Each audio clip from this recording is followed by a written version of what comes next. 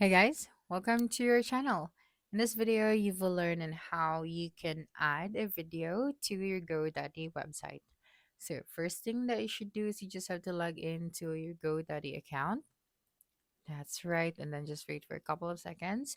And then once you are signed in, you just have to go to My Products. So tap on your profile and then go to My Products section.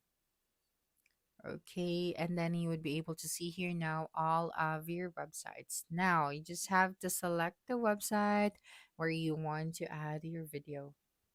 Okay, so since I have this one, now the next thing that you are going to do is you just have to add a new section. So to add a new section, you have the site navigation right here. So you can tap on this plus icon, or you can also, tap on this add section below the first section.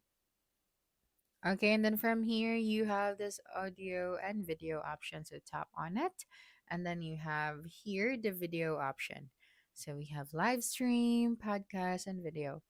So I'm just going to, use the first one. Okay, so tap on the add option. So just wait while they are adding this new section.